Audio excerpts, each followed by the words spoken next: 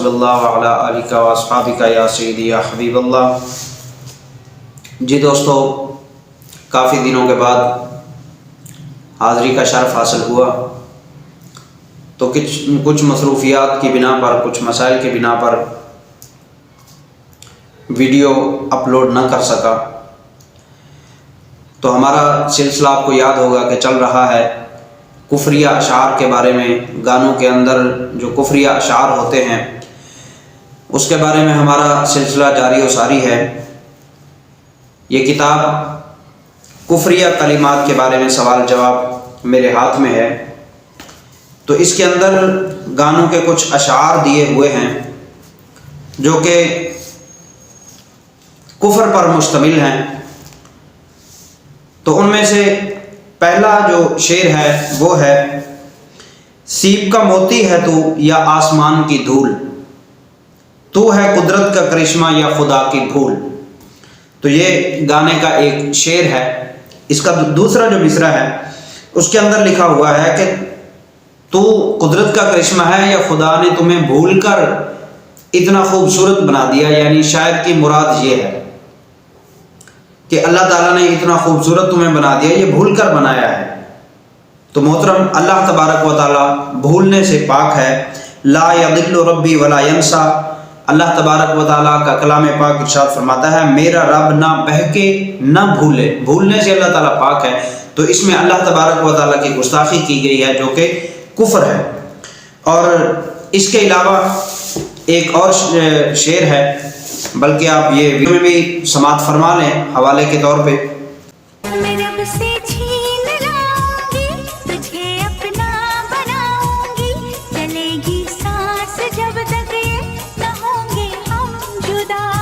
جی، آپ نے سماعت فرمایا کہ میں رب سے چھین لاؤں گی تجھے اپنا بناؤں گی، چلے گی سانس جب تک یہ نہ ہوں گے ہم جدا۔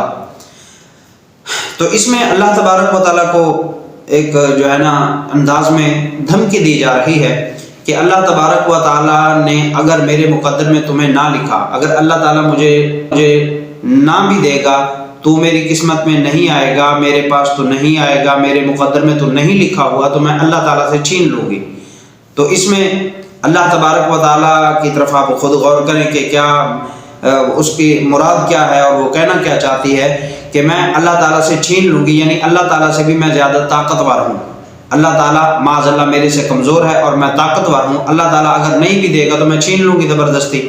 تو یہ بھی کفر ہے۔ اور یہ کفر آپ نے سنے، اس کے بعد ایک اور کفر آپ سنیے۔ اور کچھ خدا نہ دے تو بھی اس کو معافی ہے، پیار تیرا مل گیا صرف اتنا کافی۔ جی، یہ بھی آپ نے سماعت فرمایا کہ اور کچھ خدا نہ دے تو بھی اس کو معافی ہے، پیار تیرا مل گیا صرف اتنا ہی کافی ہے۔ یعنی اللہ تبارک و تعالیٰ اور کچھ بھی نہ دیتا، اگر اللہ تعالیٰ نے اور کچھ بھی نہیں دیا تو کوئی مسئلہ نہیں، اگر تو بھی میرے مقدر میں نہ لکھا ہوتا، اللہ تبارک و تعالیٰ تمہیں میرے مقدر میں نہ لکھتا تو میں اس کو معافی نہ دیتی۔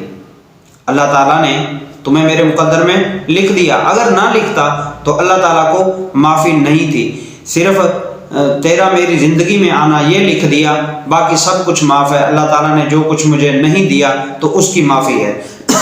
اب معاف کرنے والا اللہ تعالیٰ ہے، خالق مخلوق کو معاف کرے گا، جو بڑا ہوتا ہے وہ چھوٹے کو معاف کرتا ہے۔ اب اس شعر میں وہ کہہ رہی ہے کہ میں تو اللہ تعالیٰ سے بڑی ہوں، میں اللہ تعالیٰ کو معافی دیتی ہوں، باقی اگر کوئی چیز مجھے نہیں ملی تو میں معاف کرتی ہوں، اگر تو میرے مقدر میں نہ ہوتا تو میں اللہ تعالیٰ کو معاف نہ کرتی۔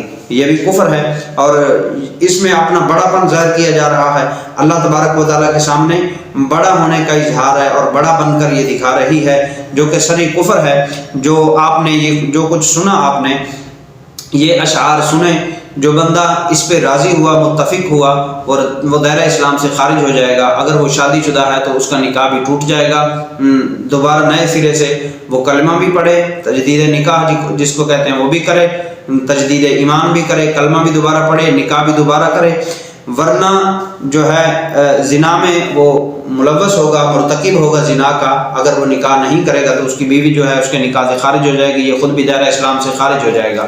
تو اگر ایمان کی حفاظت چاہتے ہو تو اپنے آپ کو سدھارو، کچھ نہ کچھ دین سیکھو، فرائض علوم سیکھو، اپنے دین کے بارے میں، اللہ تبارک و تعالیٰ کے بارے میں، فرشتوں کے بارے میں فرض علوم جو ہے کم از کم وہ ہمیں ضرور سیکھنے چاہیے تاکہ ہم اپنا ایمان بچا سکیں۔